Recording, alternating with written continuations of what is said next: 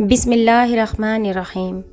یہ دنیا وہ ہے جس نے حضرت یوسف کو حقیر قیمت پر بیچا، حضرت ابراہیم کو آگ میں پھینکا، حضرت موسیٰ کو در بدر کیا اور حضرت محمد رسول اللہ صلی اللہ علیہ وآلہ وسلم کو طائف میں پتھر مارے۔ آپ کو کیا لگتا ہے یہ آپ کو کندھے پر اٹھائے گی؟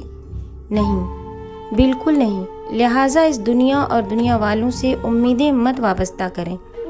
یقین کریں اگر دنیا سے بے رغبت ہو گئے تو آپ کے آدھے سے زیادہ غم ختم ہو جائیں گے۔ سلطان محمد غزنوی نے اپنے غلام ایاز کو ایک انگوٹھی دی اور کہا کہ اس پر ایک ایسا جملہ لکھو کہ میں اگر خوشی میں دیکھوں تو غمگین ہو جاؤں اور اگر غم میں دیکھوں تو خوش ہو جاؤں۔ غلام ایاز نے لکھا کہ یہ وقت بھی گزر جائے گا۔ انسان ایک ایسا غافل منصوبہ ساز ہے کہ وہ اپنی ساری پلاننگ میں کبھی اپنی موت کو شامل ہی نہیں کرتا۔ حفاظت اسلام کے نعرے تو بہت بلند کیے جاتے ہیں مگر عملی پہلوؤں سے ہم خود گریزاں رہتے ہیں۔ اسلام کوئی مجسمہ نہیں جس کی حفاظت کے لیے لاؤ لشکر کی ضرورت ہو۔ آپ اپنے اندر اسلام سمو لیجئے، آپ بھی محفوظ ہو جائیں گے اور اسلام بھی محفوظ ہو جائے گا۔ وقت، اعتبار اور عزت ایسے پرندے ہیں جو اڑ جائیں تو واپس نہیں آتے۔ اپنے حصے کا کام کیے بغیر دعا پر بھروسہ کرنا حماقت ہے اور اپنی محنت پر بھروسہ کر کے دعا سے گریز کرنا تکبر ہے۔ نبی کریم صلی اللہ علیہ وآلہ وسلم نے فرمایا، اللہ تمہاری صورتوں اور اموال کی طرف نہیں دیکھتا بلکہ وہ تمہارے دلوں اور اعمال کی طرف دیکھتا ہے۔ ہر چیز کا صدقہ ہوتا ہے اور عقل کا صدقہ یہ ہے کہ جاہل کی بات سن کر برداشت کی جائے۔ برتن اور ظرف چھوٹا ہو تو زیادہ چیز سنبھال نہیں سکتا، چھلک جاتا ہے، چاہے علم ہو، دولت ہو، تقوی ہو، شہرت ہو یا عزت۔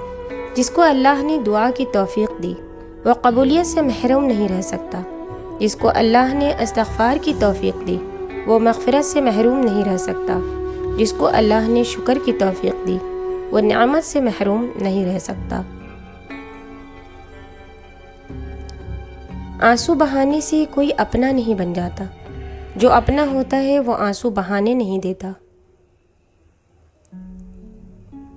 اگر یہ جاننا چاہتے ہو کہ تمہیں اللہ سے محبت کتنی ہے تو بس یہ دیکھ لو کہ تم کو گناہوں سے نفرت کتنی ہے۔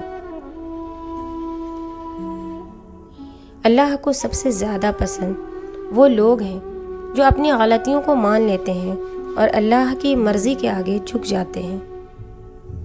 اتنی مہنگائی میں بھی پرانی قیمت پر ملنے والی 3 چیزیں: امام مسجد، مدرسے کا استاد، قرآن کی تعلیم۔ قدر کرو علماء کی۔ آزمائش میں اللہ تعالیٰ اذیت دینے کے لیے نہیں، کچھ سکھانے کے لیے ڈالتا ہے۔ جتنی جلدی سیکھ لیں گے اتنی جلدی آزمائش ختم ہو جائے گی۔ یہ تمہارا جو نفس ہے، تم اگر اسے خیر میں مصروف نہیں کر لیتے تو یہ تمہیں شر میں مصروف کر لے گا۔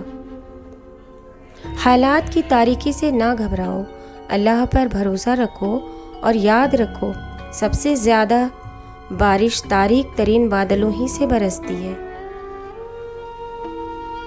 جہاں بھی خدا کے بجائے انسانوں کے حکم کی اطاعت کی جاتی ہے وہاں کسی نہ کسی صورت میں ظلم اور بے انصافی موجود ہے۔ رشتے بچانے کے لیے اگر آپ کو جھکنا پڑے تو جھک جائیں، لیکن اگر بار بار آپ کو ہی جھکنا پڑے تو رک جائیں۔ حضرت علی علیہ السلام۔ انسان کی انسانیت تب ختم ہوتی ہے جب اسے دوسروں کے دکھوں پر ہنسی آنے لگے۔ قول مولا علی علیہ السلام، اگر تم اپنے علم پر مغرور ہو تو جہالت کے لیے یہی کافی ہے۔ ہمارے پیارے نبی محمد مصطفیٰ صلی اللہ علیہ وآلہ وسلم کا فرمان ہے، گناہوں سے توبہ کرنے والا مومن ایسا ہے جیسے اس نے گناہ کیا ہی نہیں۔ میں اور میرا خدا روز بھول جاتے ہیں، میں اس کی عطاؤں کو، وہ میری خطاؤں کو۔ فرمان حضرت علی علیہ السلام، تنگ دستی میں سخاوت کرنا، غصے میں سچ بولنا اور طاقت ہوتے ہوئے معاف کرنا بہترین نیکی ہے۔ جملہ بہت چھوٹا ہے لیکن اس کی طاقت بہت زیادہ ہے۔ اللہ کی طرف آ جاؤ اس سے پہلے کہ اللہ تمہیں اپنی طرف بلا لے۔ اخلاق وہ ہتھیار ہے جو آپ کے کردار کو روشن بناتے ہوئے آپ کو پروقار بنا دیتا ہے۔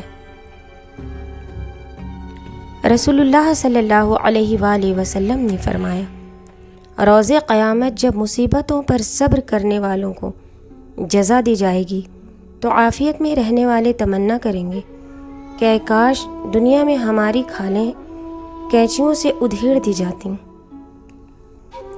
انسان کو کچھ ایسے اعمال کرنے چاہیے جنہیں کوئی نہیں جانتا ہو، جیسے پوشیدہ صدقہ، رات میں عبادت، خوف الہی سے گرنے والے آنسو، استغفار، ذکر و اذکار، تسبیح وغیرہ، اس لیے کہ جس طرح پوشیدہ گناہ انسان کے لیے ہلاکت اور تباہی کا سبب بنتے ہیں، اسی طرح پوشیدہ نیکیاں نجات کا باعث بنتی ہیں۔